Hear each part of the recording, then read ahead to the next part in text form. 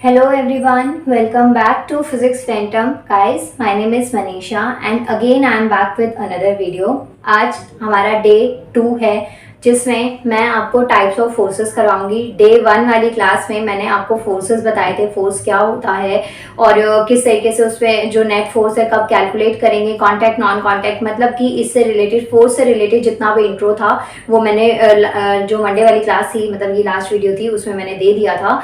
आज वाली क्लास में, सॉरी ट्यूसडे वाली क्लास में मैंने आपको दे दिया था, आप चेक कर सकते हैं, इससे पहले ही वीडियो है। और आज मैं आपको टाइप्स ऑफ फोर्सेस करवाऊंगी। सो वीडियो स्टार्ट करते हैं। जो फोर्सेस हैं आपके पास में, मतलब कि कोई ऐसा फिजिकल कॉज जिसकी वजह से स्टेट में चेंज हो रहा है, रेस्ट में है तो मोशन में जा रही है बॉडी या ऑब्जेक्ट, और मोशन में है तो रेस्ट में लेकर आ रहे हैं, कुछ इस टाइप के जो चेंजेस होते हैं, फिजिकल कॉज होते हैं, उसे हम फोर्स कहते हैं। नेचर के बेसिस पे फोर्स के बेसिकली 5 टाइप्स हैं, जैसे कि फर्स्ट टाइप है mechanical force, second one is magnetic force, third one is nuclear force, number 4 is gravitational and number 5 is electric force. In total आपके पास में 5 टाइप ऑफ फोर्सेज हैं। One by one हम एक एक को डिस्कस करेंगे, एक एक को मैं बताऊंगी आपको कि क्या होता है फोर्स, कौन से टाइप में कौन से वाले फोर्स का एग्जांपल आप देंगे, और फिर आपको जो एग्जांपल्स मैं आपको बोर्ड पे बताऊंगी उसके अलावा हर एक टाइप के फोर्स का एक एक एग्जांपल आपको मुझे कमेंट करना है, ये आपका होमवर्क है। नाउ स्टार्ट करते हैं मैकेनिकल फोर्स से। दो मैंने डेफिनेशन यहाँ पे दे रखी है, एक थोड़ी इजी और एक थोड़ी टफ। देखिए, फर्स्ट फोर्स आता है mechanical force, a force that involve contact with another object and which produces a change in state of rest or motion। मतलब कि कोई ऐसा फोर्स जो कि एक ऑब्जेक्ट के कांटेक्ट में आता है और उसकी स्टेट ऑफ रेस्ट या मोशन को चेंज कर देता है, उसे हम कहते हैं मैकेनिकल फोर्स। फिजिकली कांटेक्ट में है, ठीक है, contact with another object which produces a change in state of rest और motion is called mechanical force. For example closing the door, मतलब कि डोर को क्लोज करना या बंद करना, इसका एक एग्जाम्पल है। लेकिन ये जो डेफिनेशन है थोड़ी कॉम्प्लिकेटेड है, एक इजी वाली डेफिनेशन भी मैंने यहाँ पे लिखी है। Force applied by a machine, मतलब कि कोई मशीन की हेल्प से एक फोर्स अप्लाई हो रहा है किसी भी ऑब्जेक्ट पे, टू पुल और पुश, मतलब कि उसको खींचने या धक्का मारने के सिचुएशन में, तो ऑब्जेक्ट पे जब ये फोर्स इस टाइप का अप्लाई होता है बाय द मशीन, तो भी उसे हम मैकेनिकल फोर्स कहते हैं। इसका एग्जांपल है जब कोई हैवी लोड होता है, हैवी मटेरियल है, आप उसे खुद से नहीं उठाते हैं, तो आपने किसकी हेल्प ली, क्रेन की, तो ये क्या हो गया, मैकेनिकल फोर्स हो गया, मतलब मशीन से रिलेटेड जो होता है, मैकेनिक्स में ये फोर्स आ गया, तो इसे हम कहते हैं मैकेनिकल फोर्स। दो एग्जाम्पल दिए। फिजिकल कांटेक्ट का ये कि जो आप नॉर्मली खुद भी कर सकते हैं, जैसे कि दरवाजे को बंद करना, closing the door, and second one is आपने क्रेन का हेल्प लिया हैवी लोड्स को उठाने के लिए, लिफ्ट करने के लिए, तो ये दोनों ही एग्जाम्पल है मैकेनिकल फोर्स के। दो डेफिनेशंस हैं, दोनों में से जो भी आपको अच्छी लगे, इजी लगे, आप वो यहाँ से डेफिनेशन को पिक कर सकते हैं। नाउ मैकेनिकल फोर्स के बाद में जो सेकेंड फोर्स आता है वो है मैग्नेटिक फोर्स। अब करेंगे सेकंड फोर्स मैग्नेटिक फोर्स, लेकिन पहले मैकेनिकल फोर्स का जो नोट करना है कर लीजिए, फिर मैं आपको मैग्नेटिक फोर्स करवाती हूँ।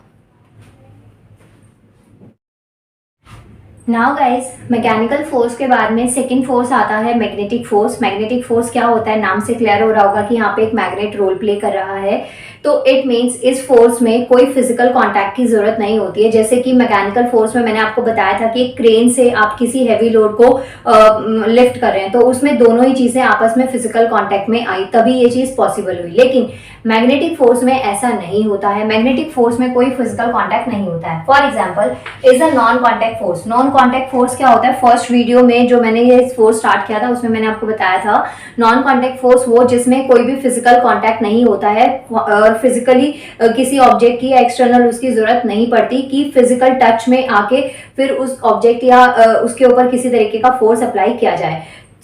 इसमें कोई भी जो नॉन कांटेक्ट फोर्स नहीं होता है ये, और नॉन कांटेक्ट फोर्स होता है, सॉरी मैंने आपको कंफ्यूज कर दिया, ये नॉन कांटेक्ट फोर्स होता है जिसमें किसी फिजिकल कांटेक्ट की जरूरत नहीं होती, यही मैंने स्टार्टिंग में बोला था। नाउ नेक्स्ट है सीज द आयरन पीस। यहाँ पे एग्जांपल दे रखा है कि जो आयरन पीस है, मतलब कि जो आयरन के छोटा, जो आयरन की बात हो रही है यहाँ पे, जैसे कि छोटे साइज पे जो मैग्नेट होता है जिससे आप खेलते हैं, उस मैग्नेट की बात कर रही हूँ, बड़े मैग्नेट की बात नहीं कर रही हूँ। कोई भी मैग्नेट वैसा आप इमेजिन कर लीजिए कि एक जो मैग्नेट होता है वो आयरन मेटल्स को अपनी साइड क्या कर लेता है, अट्रैक्ट कर लेता है। लेकिन जब आप लैब में एक्सपेरिमेंट्स करते हैं तो आपको एक नॉर्मल साइज का मैग्नेट, हॉर्सशू या बार मैग्नेट पे ही एक्सपेरिमेंट करवाया जाता है, तो वो इसलिए मैंने बोला ताकि आप उसको इमेजिन कर पाएं। सो यहाँ पे जो आयरन पीसेस है उनको मैग्नेट ने अपनी साइड अट्रैक्ट किया। तो जब ये अट्रैक्शन था, जैसे सपोज ये मैग्नेट है और ये मैग्नेट है और ये मेरा हाथ आयरन फिलिंग्स है। इमेजिनेशन तो देखिए मैंने क्या दिया आपको, इमेजिन कर लीजिए ये इधर मैग्नेट है और यहाँ पे इतने बीच में गैप है और इसकी वजह से जो फोर्स होता है पोल्स पे बहुत स्ट्रॉन्ग फोर्स लाई करता है, क्योंकि यहाँ पे मैग्नेटिक फील्ड जो होती है काफी डेंस होती है। तो इसकी वजह से ये जो हाथ है, आई मीन जो आयरन पीसेज है, सॉरी जो आयरन पीसेज है वो मैग्नेट की साइड में क्या हो गए, अट्रैक्ट हो गए। सो यहाँ पे यही चीज आपको समझाई गई है कि जो मैग्नेट है उसने आयरन पीसेस को अपनी साइड खींचा, तो उसे आप कहते हैं magnetic force without physical contact, मतलब कि कोई फिजिकल कॉन्टेक्ट नहीं था। और सेकंड डेफिनेशन देखिए आप, force that attract certain metal objects, और एक ऐसा फोर्स जो कुछ मेटल ऑब्जेक्ट्स को अपनी साइड क्या कर रहा है, अट्रैक्ट कर पा रहा है, उसे हम कहते हैं मैग्नेटिक फोर्स। थोड़ी गर्मी।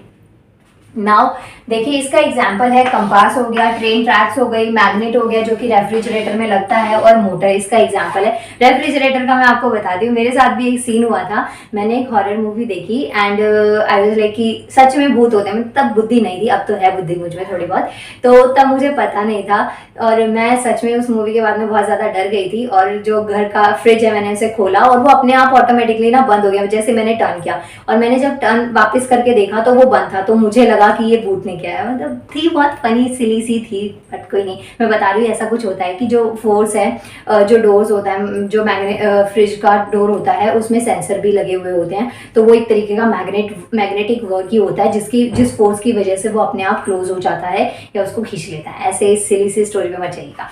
नाउ मैग्नेटिक फोर्स के बाद में जो सेकंड फोर्स है वो है न्यूक्लियर फोर्स। न्यूक्लियर फोर्स क्या होता है, ग्रेविटेशन फोर्स क्या होता है, इलेक्ट्रिक फोर्स, 3 फोर्स बचे हैं सिर्फ, जल्दी से इसको नोट करिए। इसके बाद में मैं सेकंड करवाती हूँ आपको न्यूक्लियर फोर्स।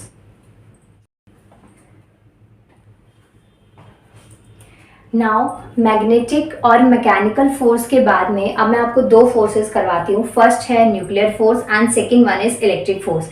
दोनों फोर्सेस को वन बाय वन समझते हैं। फर्स्ट है न्यूक्लियर फोर्स। न्यूक्लियर फोर्स क्या होता है गाइस कि ये एग्जिस्ट करता है सिर्फ और सिर्फ तब जब जो इंटरेक्टिंग पार्टिकल्स होते हैं ना उनमें या तो प्रोटॉन हो या फिर न्यूट्रॉन हो। चार्ज बताना है आपको मुझे, इलेक्ट्रॉन पे होता है नेगेटिव चार्ज, प्रोटॉन पे पॉजिटिव, और न्यूट्रॉन जो होता है वो क्या होता है, न्यूट्रल चार्ज होता है। नाउ आपको गिवन है अगर ये प्रोटॉन्स या फिर न्यूट्रॉन्स होते हैं ना, तो इसे हम जब ये इस टाइप की चीजों में जब इंटरेक्शन होता है तो उसे हम कहते हैं न्यूक्लियर फोर्स। और ये जो फोर्स होता है न्यूक्लियर फोर्स, ये इंपॉर्टेंट इसलिए क्योंकि इससे क्वेश्चन आने के पूरे चांसेस हैं, और वजह भी मैं अभी आपको बता देती हूँ। क्योंकि ये जो फोर्स है ना ये स्ट्रॉन्गर होता है देन द GF, मतलब कि ग्रेविटेशनल फोर्स। वैसे वहां तक नहीं जाना था ये वर्ड सुन के जो आप लोग सोच रहे होंगे, तो GF का मतलब यहाँ पे है ग्रेविटेशनल फोर्स, एंड EMF मतलब कि जो इलेक्ट्रिक फोर्स है या इलेक्ट्रोमैग्नेटिक फोर्स जो होता है उसके कंपैरिजन में, मतलब ग्रेविटेशनल फोर्स और इलेक्ट्रोमैग्नेटिक फोर्स के कंपैरिजन में न्यूक्लियर फोर्स जो होता है वो काफी ज्यादा स्ट्रांग होता है।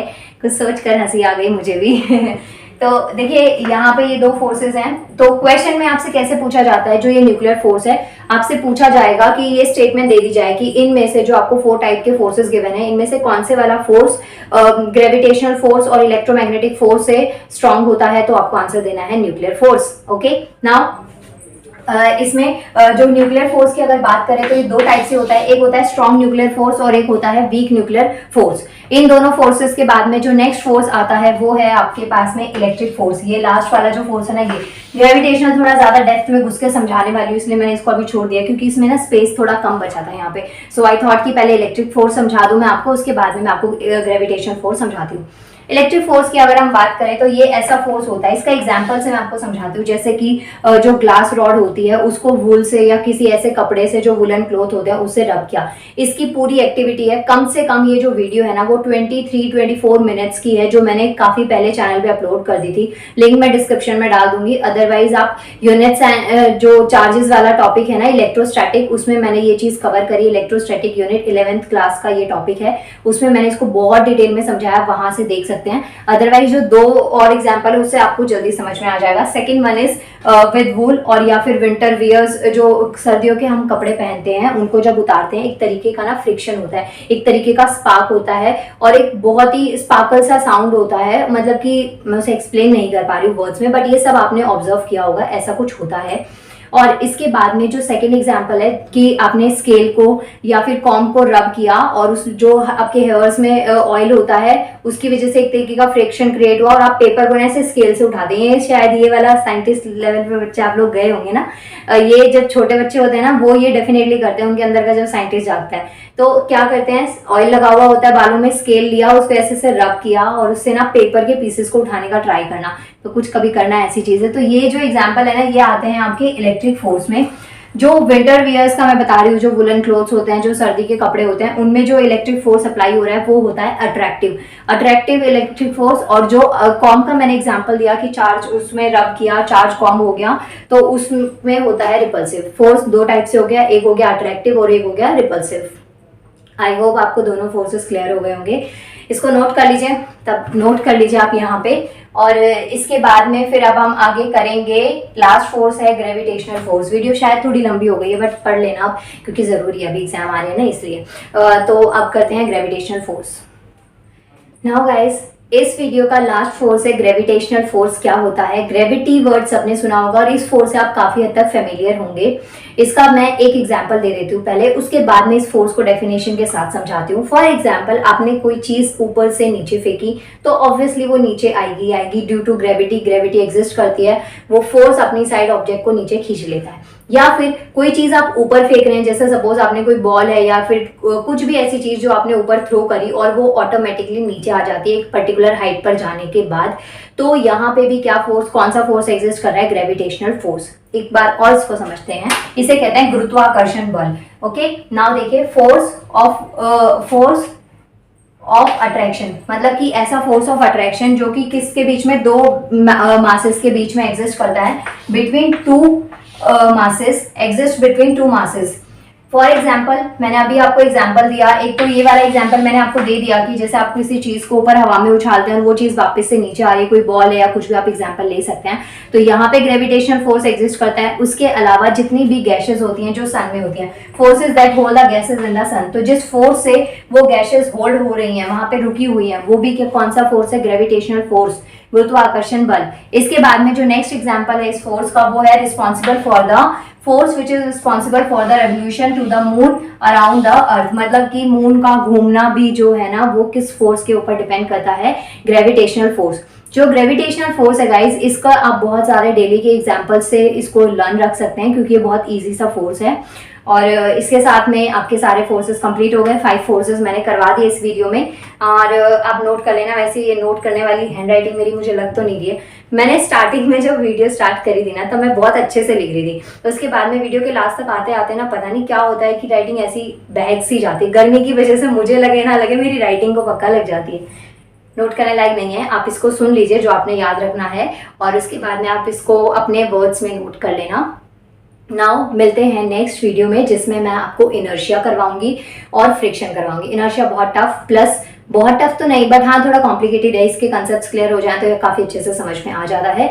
सो जो हमारा नेक्स्ट टॉपिक होगा वो होगा इनर्शिया और फ्रिक्शन, और इसके बाद भी अभी फोर्स में कुछ और टॉपिक्स हैं जो मैं आपको कंप्लीट करवाऊंगी। सो मिलते हैं नेक्स्ट वीडियो में। चैनल को सब्सक्राइब करना है, वीडियो को लाइक करना है, कॉमेंट करना है और शेयर भी करना है। Thank you so much.